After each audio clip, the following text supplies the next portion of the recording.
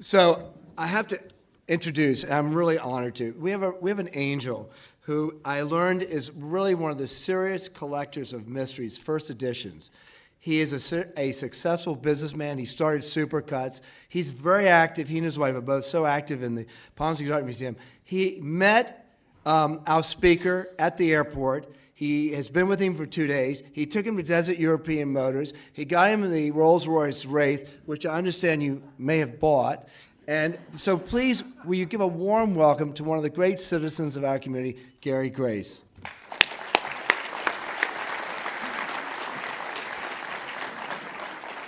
Thank you, Jamie. It's my privilege tonight to introduce Lee Child, a man who's has published 20 Jack Reacher novels in the last 19 years. They've been translated into 50 languages and are available in 99 territories worldwide, and have sold over 100 million copies of Jack Reacher books. Isn't that amazing? But before I bring Lee up, I'd just like to take a moment to tell you a little bit of how it started. There was a guy named Jim Grant, grew up in England. He was in theater, television, writing for a long time, and in August of 1994, his boss called him in and said there was going to be a major restructuring at the television studio, and it was inevitable that in the near, not too distant future, his job was being eliminated. So Jim wasn't going to let any grass grow under his feet, so he put Plan B together right away and decided that he wanted to remain in the entertainment industry, and he thought sort of in a broad way, and so he thought, I think I'll write a novel. So off to the stationery store he went. He bought a pencil, 3 pads of paper, a pencil sharpener, and an eraser, and he got to work. 6 months later, the first Jack Reacher book was completed. He got an agent, and the agent said, I love this, but I got a few suggestions here or there. So here comes the first rewrite, so draft 2, and then a few more suggestions in draft 3. And so now it's time to get now he's already been laid off now, and funds are getting a little scarce. It's time to get an agent. So he gets an agent, a publisher, excuse me. The agent got a publisher, Putnam, in the United States, and the editor there loved the book, said, I want to buy it, but I'd like you to change it substantially. I'd like you to, the subject you're writing about I don't think is a good subject. You should write about another subject.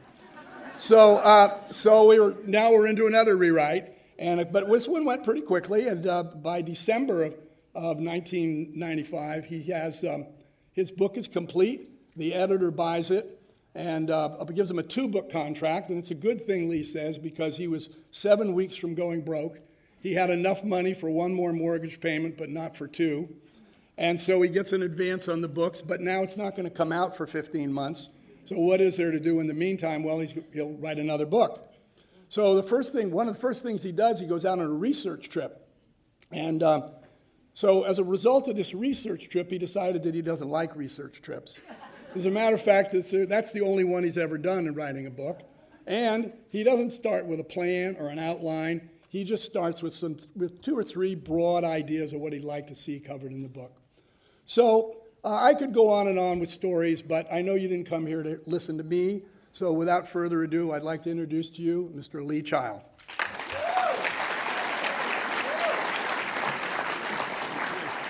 The one thing I left out of that was when he got the agent, he gave himself a pen name, which is Lee Child. So Jim Grant is actually his real name. Well, thank you very much. Thank you.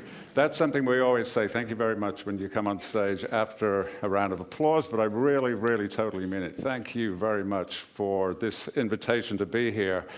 I've just had the most wonderful time. I have met a tremendous variety of other writers, because normally I'm at a crime convention or a thriller convention. This is a more general convention where there are different kinds of writers. I've really, really been privileged to be among them and accepted as their colleague. We've had great conversation.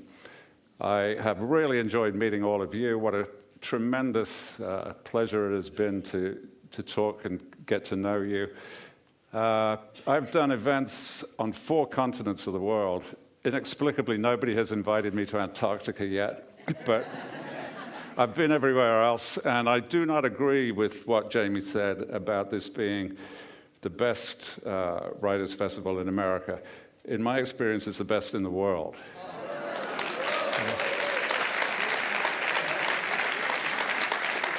I've had a really sensational time, and as I say, thank you very much for inviting me. And I always try and do what people want me to do. My mother told me that. And in the program, it says, you want my story. Well, it started a regrettably long time ago, my story. I was born a little to the east of here, about 7,000 miles east, in a town called Coventry, England. Now, Coventry was the site of the first really destructive urban air raid of World War II. And even though my earliest coherent memories stem from about 12 or 13 years after World War II, the town was still in ruins. It was still a ruined landscape, and I would play on ruined streets in and out of burned-out shells of buildings. We would climb up and down these ruined places like jungle gyms. We had the greatest time ever. It was just really good.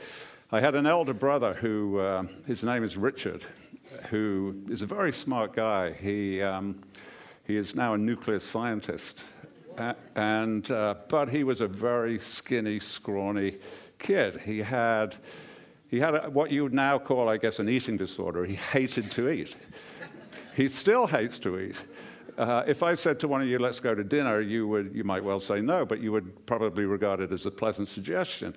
If I said to my brother Richard, let's go to dinner, that would be the same thing as saying, let's stick needles in our eyes. So he was, even though he's 3.5 years older than me, he was this scrawny, emaciated little kid. He still is. He's still he looks like a famine victim. He's 60-something. But when he was a kid, I remember the summer of 1958, I was about 3.5, and he was 6.5. And he was a geek, he was a nerd, he was this skinny little guy with sticky out ears. And we went out on one of those ruined streets to play.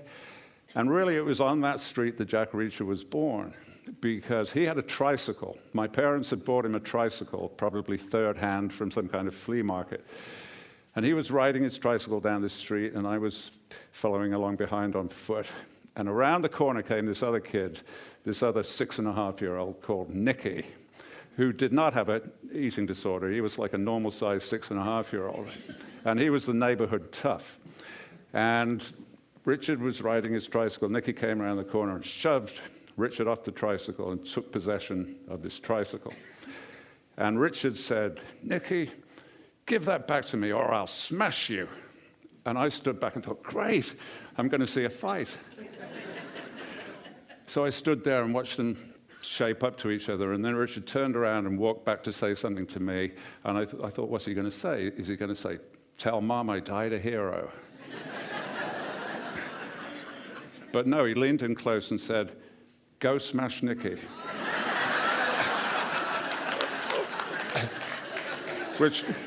Which taught me a number of things right there. First of all, it taught me the art of delegation. Secondly, it taught me it's probably better to be of the officer class than an enlisted man. But whenever we went out to play, my mother would always say pro forma. She would tell me, do what Richard tells you. So I had to do it. So there I was, 3.5, and I was pretty big for 3.5. I did not have an eating disorder. I ate everything. So I had to do it. So I walked over to Nicky, and I thought, how do you actually smash somebody? And I'd seen stuff on the television, so I thought, well, I'll give it a try.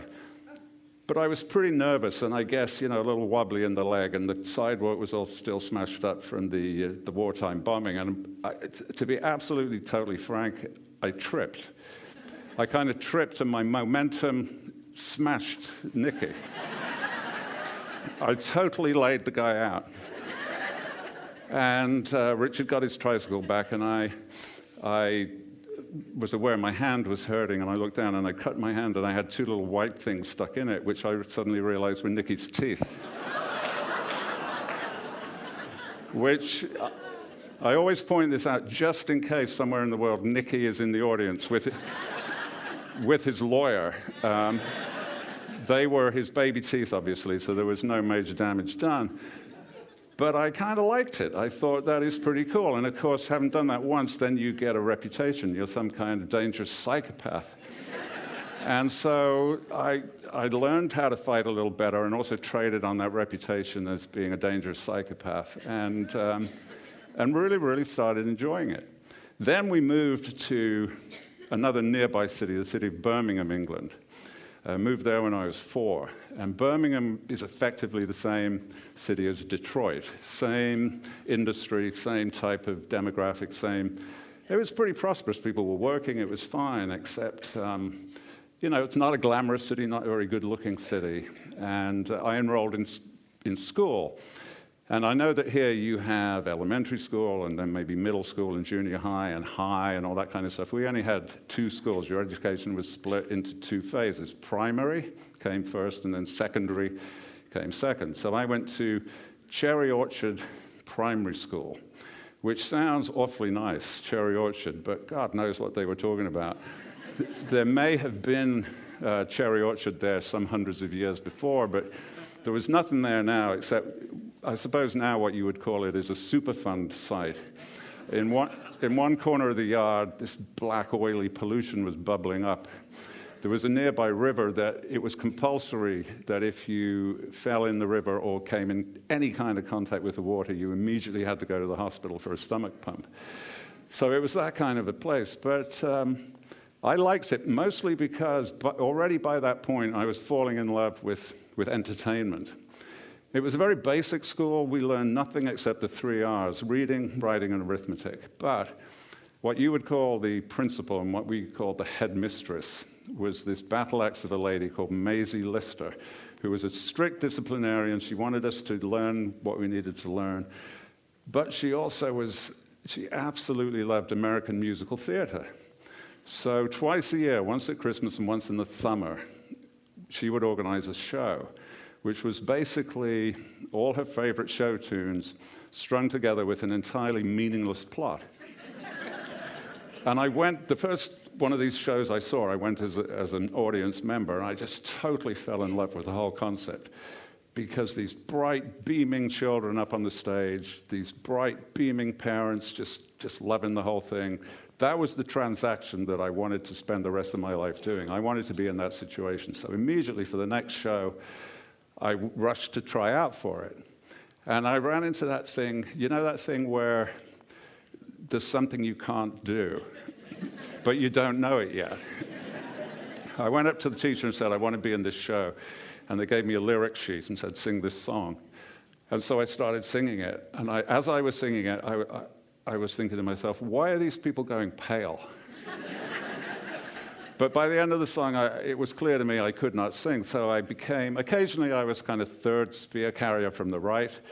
But most of the time I spent making things backstage. And that set my career. Then I went to secondary school. And I won a scholarship to a very prestigious secondary school. It was one of those old English schools. The school itself was 224 years older than the United States. And it cleaved very closely to the Oxford University syllabus, which at that time regarded anything after the year 1485 as dangerously modern.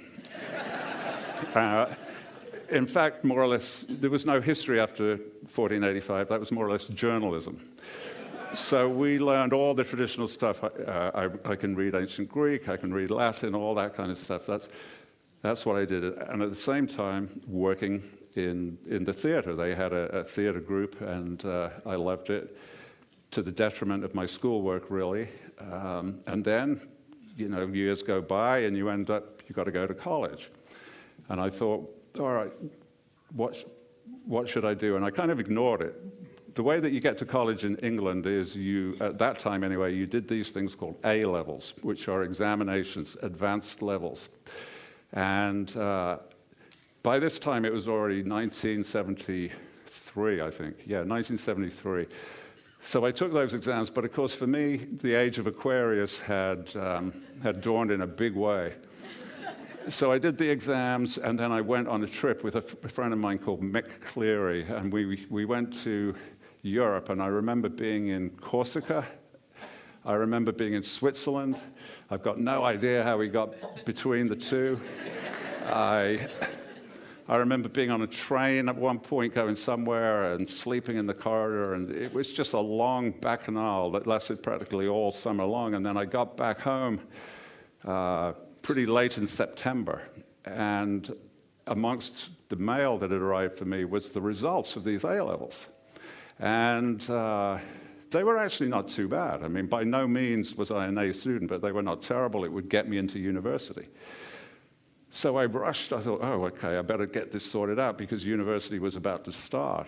And I went down to the Central Library in Birmingham. And of course, all the other conscientious students had been doing this for months. And so the prospectuses, the brochures for all the colleges were really well thumbed. And the one I liked one in particular because it had a picture of this very nice building with this beautiful blue sky. Of course, all college brochures look like that, but I was rather captivated by that, and especially because on the next page there was a picture of the student theater that looked really great, and I thought, yes, I would really like to go there.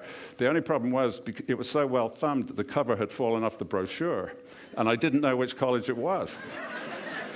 And I was leafing through the text, and it said, we do this and we do that. And I said, yeah, fine, but who are you? And eventually at the back I found a mention of who they were, so I called them on the phone. I was outside the normal application procedure. I called them on the phone and said I would like to come. And they said, well, what do you want to study? And I hadn't really thought about that. So I said, well, what have you got? And they said, well, we have a vacancy in the law department. And I said, sure, I can do that. Because in England, law is an undergraduate degree. You do your undergraduate degree, and then you do a professional qualification, and then you're a lawyer. And it's a 3-year course, so I went to the university to do law, and this 3-year course actually took me 4 years because I wasn't paying very much attention because, of course, I was working in the theater. I did eventually graduate, and I didn't bother with the professional qualification, so don't worry, I have never practiced law, and I never will. But it was a good degree to have, actually. It was very interesting. And it's what I always say to young people now. If you don't want to be a lawyer, do a law degree. Because it means that you pay attention to the parts you like, you ignore the parts you don't like, and it really doesn't matter whether you're top of the class or not. So I did that, but basically worked in the theater, and we had a lot of fun. But the problem was, being young, being a student, I was very earnest and very serious about things. And I had read this book by a very famous British theatre director called Peter Brook. And the book was called The Empty Space. And he made a very persuasive case that all the theatre needs really is some actors, a script, and an empty space in which to perform. And I was very, very convinced by that argument. It did not need backstage technicians like me. Really, I was superfluous in that world. So I decided, all right, I'll try television, because television you definitely do need backstage technicians, otherwise it can't happen. So I applied for a job, and this was, again, it's very hard to tell young people about those days. It was 1977, I guess. I was the worst student ever, and I was very lazy about getting a job. I was married by this point, and I remember my wife saying to me, "Are you going to get a job?" And I was watching Wimbledon tennis on the television, and I said, yeah, I'll think about it. And I watched, it was the women's semi-final on the Wednesday afternoon, and it finished, and I thought, all right, better get a job. And I looked around the apartment, and there was a newspaper from the previous Monday. So I looked in that, and there were 3 jobs that I could possibly be interested in. And I applied for them, and I got all 3. That's how easy it was in 1977.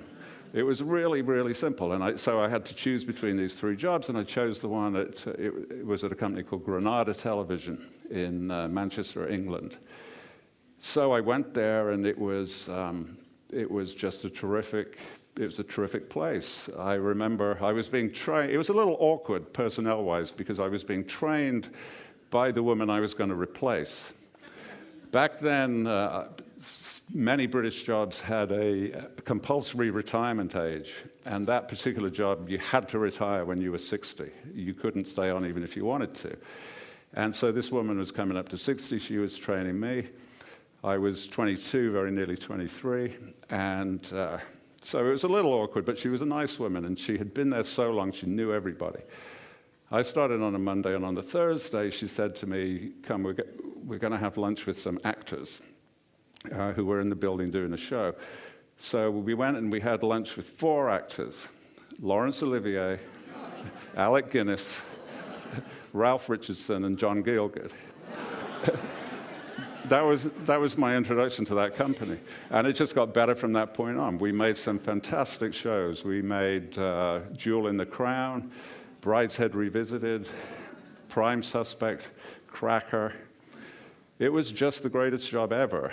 I really loved it, and no doubt I would still be there, except one day my boss said something to me that made it just impossible for me to continue. He said, "You're fired."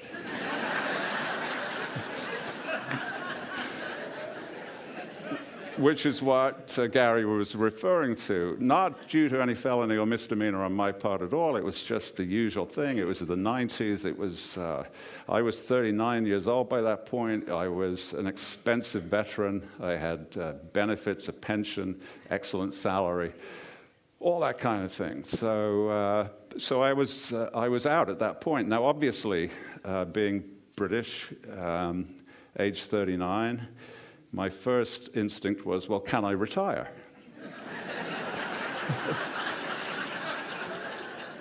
And I went over and over the figures, and sadly, I couldn't make it work. I couldn't make it work to retire at 39. So I thought, all right, I've got to do something else. What can I do? And I said, I know. I'll write a book. I've read some. How hard can it be?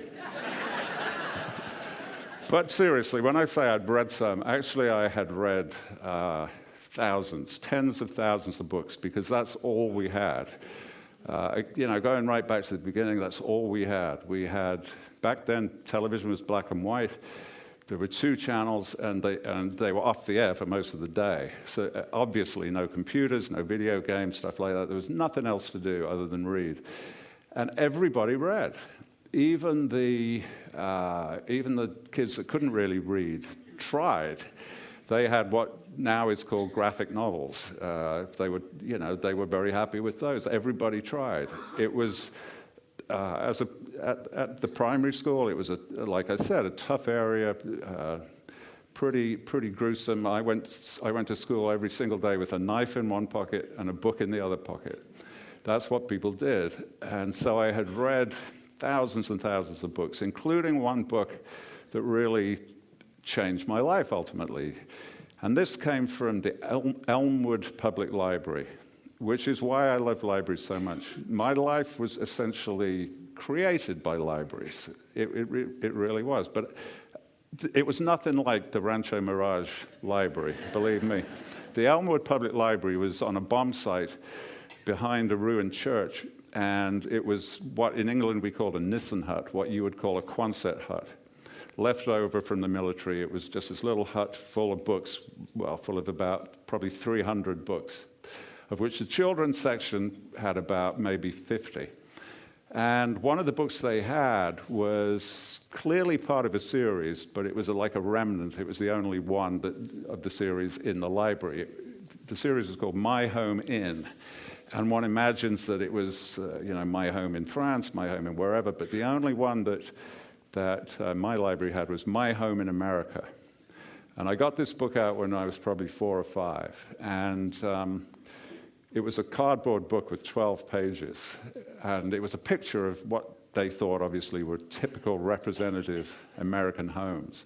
There was a New England salt box, and you turned the page, there was a prairie farmhouse. You turn the page, there's a California bungalow.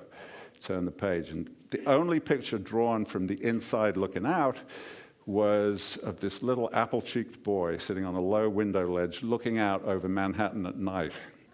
And I thought, I am that boy. It was like if you read memoirs by transgendered people, they say they knew they were trapped in the wrong body. I knew I was trapped in the wrong country. I was that boy. Why wasn't I there? And right there, at the age of 4 or 5, that was my ambition, to move to New York City. And it took me a hell of a long time, frankly.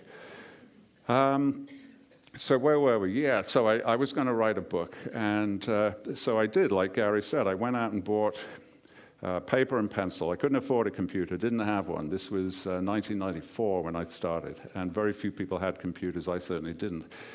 And I wanted to emphasize to myself that this was real. This was a job. I didn't want to just make it like a hobby and go and buy the gear.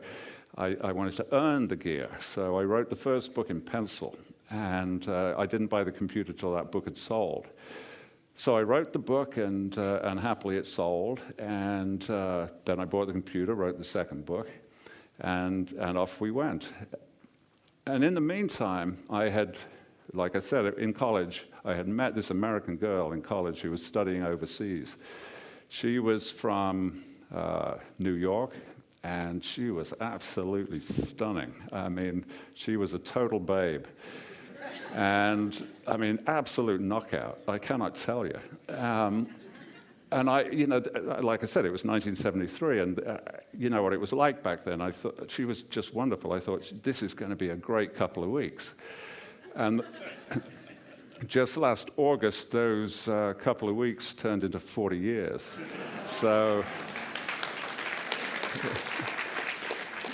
But I had made a sad misjudgment, because I thought, she's from New York, we're going to graduate together, I'm going to get my green card, and off we go.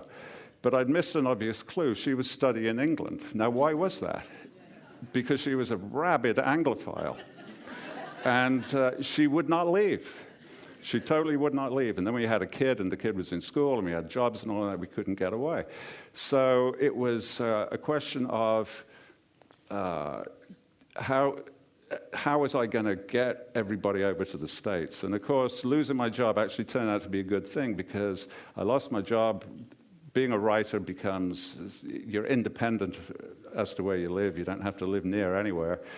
Our daughter, by that time, was almost finished with high school and ready for college. So we moved at that point, 1998. We moved to the States. And I am a legal immigrant. Just in case Donald Trump is listening. I'm completely legal. I jumped through every hoop, of which there are many, including you have to have a chest x-ray. When you enter the United States as an immigrant, you have to carry with you a chest x-ray proving that you do not have tuberculosis. All of that kind of stuff. So here we are. We arrived in the U.S., and part of that immigration process, part of the paperwork you have to do, you have to get a police report from your home country to prove you're not a felon. You also have to list all your previous visits to the U.S. so that they can check you're not a felon over there.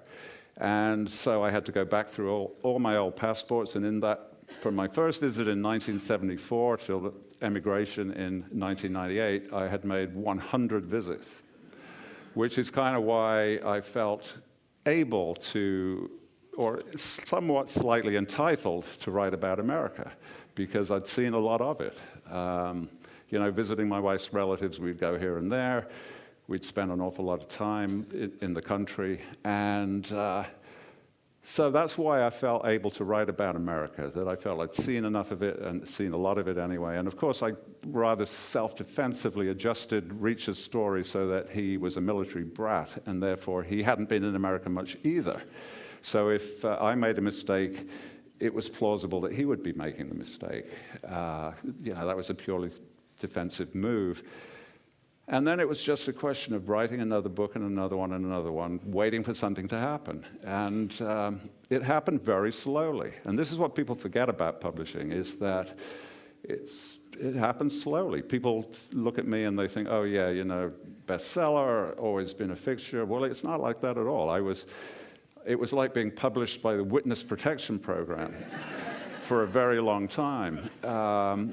It built up slowly year on year, and it was, in fact, in America, it was the 12th book before I hit number one.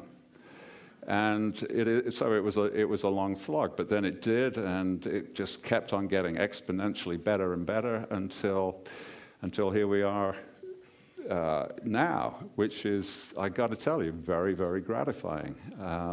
There is no better job than this. And for that, I have to thank you all for buying the books. Basically, thank you very much. We have a saying in the business: it's better than digging a ditch, and it really is. It's a really terrific job, and I'm very happy that I'm doing it. And I'm really one of those very lucky people that I've never had a job I didn't want to do. My old job, I was very happy every day. This job, I'm very happy every day. With a bit of luck, I will complete my entire career having been happy to go to work every day. Because at this point in publishing, I'm just beginning to think, maybe, possibly, I'm not going to need to get another job after this. This could be the last one.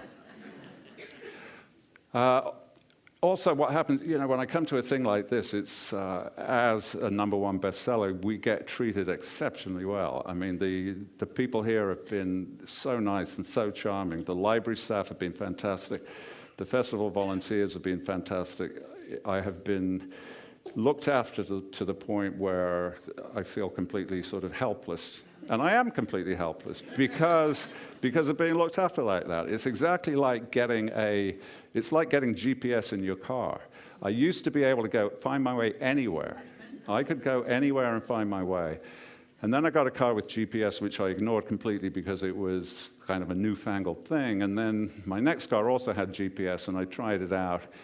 And now I can't even cross the street without GPS. And it gets a bit like that. You come on a thing like this and you get reams of paperwork. A publicist or an assistant or both will compile this paperwork, and it tells you everything: what flight you're on, who's going to pick you up, where the hotel is, what you've got to do.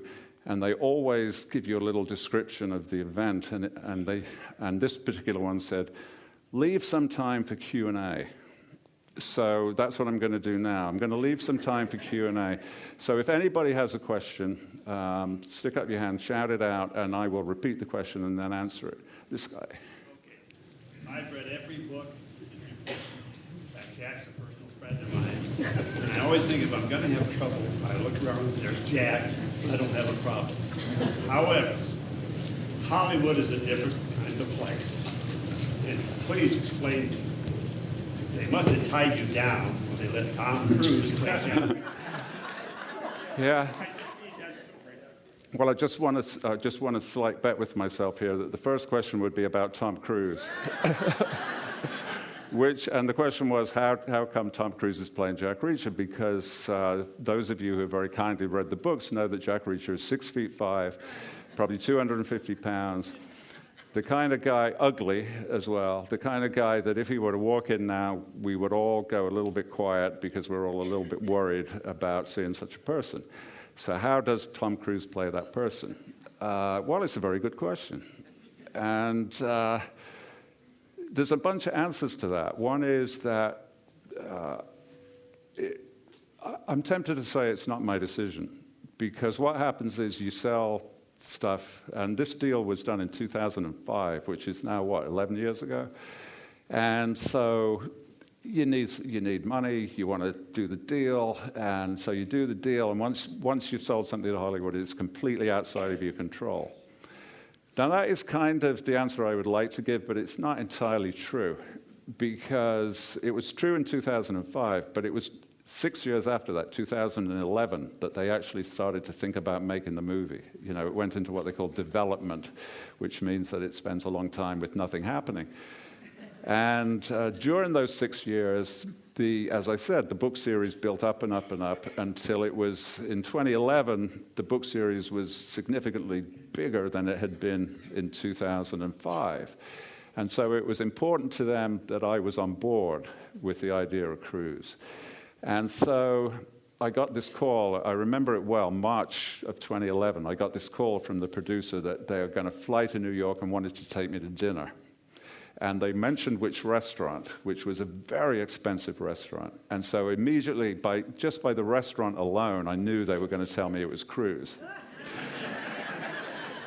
And sure enough, I go to the restaurant, and there they are, the producer, the director, and I sit down. We start the small talk, and they're just going on and on. They're clearly just working around to it. And I said, "Come on, guys, just tell me, it's cruise, right?" And they said, "Yes, it is. What do you think?" And at that point, I had a split second where if I had thrown a complete tantrum, they would have probably cancelled the project. So I had a split second to decide. Now, the problem with actors is that, and like I say, I know actors. Like I told you, I've worked with actors all my life. I had that lunch with those very famous actors. I know a lot of actors. I've been around actors. I've got good friends who are actors. And here's the truth about actors, especially film actors. They are all very small.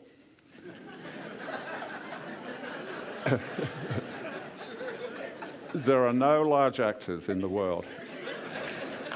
That is a universal truth, and you've got to ask yourself why.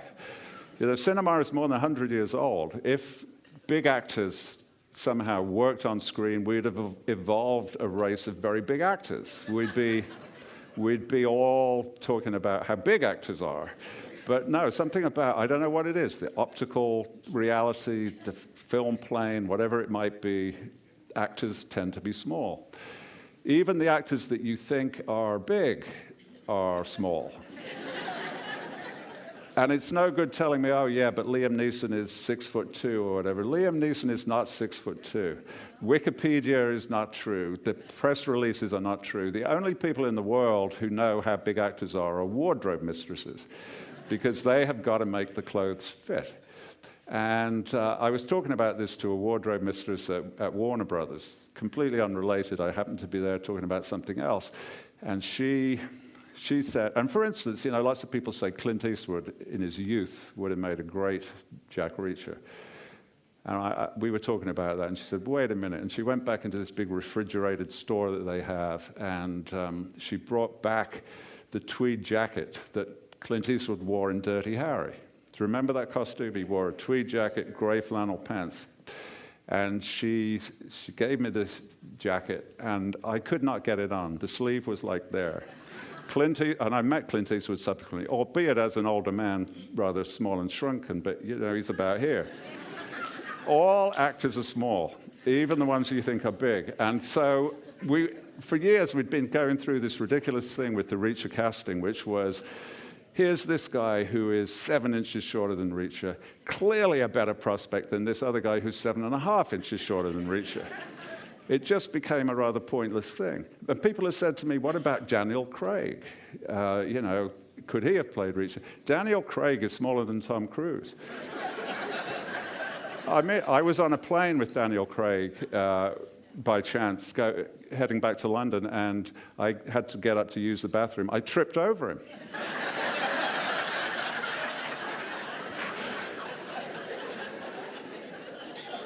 So ultimately, it came down to a completely binary decision. Did I want a movie or did I not? And here's the thing, and I don't want to pick a fight with anybody here, but here's the thing. From my point of view, a book writer's point of view, they say to you, people worry, what are they going to do to my book? The truth is they do nothing to your book. Your book is still there in the library. It's still there in the bookstore. It's still there on your shelf at home. I used to say to people, I promise you one thing. Tom Cruise will not come to your house and steal your books. And it is kind of, I mean, the other writers here, I don't know, I bet you they would tell you the same thing. It's very frustrating. If you're a writer, let's say you're going somewhere, you're on a plane. Let's say you're foolish enough to talk to the person next to you. Inevitably, they're going to ask you, what do you do? You say, oh, I'm a writer. Inevitably, 100% of the time, their next question is, oh, have any of your books been made into movies? As if a book is not enough. As if a book is like just yearning to become a movie. Like a chrysalis or a pupa or something like that. as if being a book is entirely inadequate and that it's not valid until it has moved to that next stage of nirvana and become a movie. And book writers don't feel like that. The book is the end product. The rest of it is a completely separate issue. And, a movie is a different version. It's way off to the side. The book is the thing for me. And so I was completely relaxed about it. I didn't care who played Reacher in the movie. I just wanted to see somebody else's version. And to be completely pretentious about it. I don't want to sound pretentious, but everything comes out pretentious when you talk like this. Suppose I was Bob Dylan, and I got a call from my manager saying somebody wants to do a cover version of All Along the Watchtower. If I was Bob Dylan, what would I want to hear? A kind of facsimile of what I already did, or Jimi Hendrix's opinion? I would rather hear Jimi Hendrix. This is what I do, this is what he does, something completely different. So I felt, let Cruise do it, because actually I felt we are never going to get all the components of Reacher, including the size. Never. It's just not going to happen. And so why don't we forget the size and look for the other attributes of Reacher? And Cruise is a really good actor. Apart from all the tabloid nonsense that he's involved in, he is a really, really good actor. And I felt he could portray all the other stuff about Reacher apart from the size. And, people that go to the movies who've read the book and get dissatisfied about it, I kind of think, why are you even going to the movie? You've read the book, you know who did it. What's the point? So... I feel I'm the least worried person on the planet about Cruise playing Reacher, and I've really enjoyed his company, to be honest. He turned out to be a really nice guy. The first time I met him was, like I say, that initial conversation was March of 2011, and then the movie was going to start shooting in September, and so we had you have a party at the beginning, and then what they call the read-through, where they all sit around a big table. And they kind of half act and half read the script. And it's a very exciting moment, it's coming to life. But before the party, I'd met Cruise, and as I got off the plane, switched my phone back on, there was a text from him saying, come up to the hotel suite and we'll hang out. And I was kind of so nervous about it, because this is from March onward, all this commentary had been building up. And I was obsessed by it. I was going to walk into this hotel suite and say, "Oh, hi, Tom."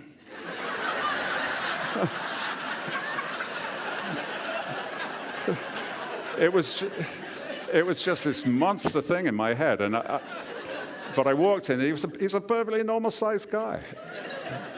And very nice, because I had... when you go to Hollywood, you can't go by yourself, because otherwise you're a total loser. You've got to take your people. And the problem is I don't have any people. So I took my daughter, who is a big movie fan, she loves the movies, really understands them very well, and I felt would be the ideal companion to come with this. So I took my daughter, and in we walked. And actually, my daughter's quite a shy person, but not around celebrity for some reason. She just buttonholes celebrities like crazy. She did it to Bill Clinton once. And she and Tom were talking for ages. And at one point, this was, as I say, 2011. Mission Impossible 4 was due to come out that December. And Cruise said to her, "You should come to the premiere." And I thought, okay, this is actually a bit of a test here. And sure enough, all those months later, December rolled around, and she, not me, she got a personal invitation from Tom Cruise to the Mission Impossible premiere. So he's a classy gentleman, and I've really enjoyed his company. And I would, I defend him playing Reacher. I think he's fine. I really do. I like it. Any other questions? Any other questions other than Tom Cruise? Yeah, this lady. What college did you go to? What college did I go to? It was called Sheffield University. In the same way that Birmingham is like Detroit, Sheffield, England is like Pittsburgh. It's the steel town. There's this really, I'm certain it's a lie, and I'm certain it's an apocryphal story, but there's this story about Sheffield steel expertise, which is that around the end of the 19th century, beginning of the 20th century, the German steel industry was building up in prestige and technology. And some German steel mill sent to Sheffield a drill bit that was incredibly fine, incredibly narrow drill bit for drilling a tiny, tiny hole. It was, in fact, more or less inconceivable that anybody could have made a steel drill bit that fine. And so they sent it to Sheffield, presumably showing off in some way, staking out their turf, saying, look at what we can do. And there was no response whatsoever from Sheffield until about 4 weeks later, the drill bit arrived back in Germany with a hole drilled through it. That was Sheffield. One last question, and then we'll wrap it up. There. What kind of research did you do before you chose Reacher as your main character, as a military police? How did you get involved in that area? What kind of research did I do, and why did I choose to make Reacher a military policeman? Well, I wanted to do something that an alienated character, a disconnected character, somebody that just wandered the land. That was my idea, that somebody would just wander the land with no connections, no responsibilities, no loyalties. And there's two kinds of people that just wander aimlessly. The first are mentally ill people, and the second are people that have been in the military their whole life and then cannot readapt to civilian life. And I thought, I don't really want to write a 20-book series about a mentally ill person, so I'll choose the military option. And military police, because I wanted it to be a kind of, crime series, basically, with investigation and so on. And it's very hard to find out much about it. Now I know a lot about it because you get invited. I was invited to Fort Belvoir in Virginia by the battalion commander of a big deal CID battalion. And I've seen it all now, but of course back then I had no idea. And my dad, who was in the British Army, remembers nothing at all about the military police except they would show up outside a bar in a Jeep and jump out and hit everybody over the head with a stick. That's all the information I had at the time. But I figured, well, we're here in Rancho Mirage, right? And there's a police department here. And we assume that the police department is somehow kind of tougher and harder than you guys because they've got to boss you around. So I figured it's probably the same in the Army, that the Army is full of trained killers, but the police department in the Army must be even tougher than them. So that was my basic premise, and I made it up from that point. It's always horrendously embarrassing for me, like today with Major Silver, where people who really know what it's like are around, because I make no bones about it. I make this shit up. Thank you very much.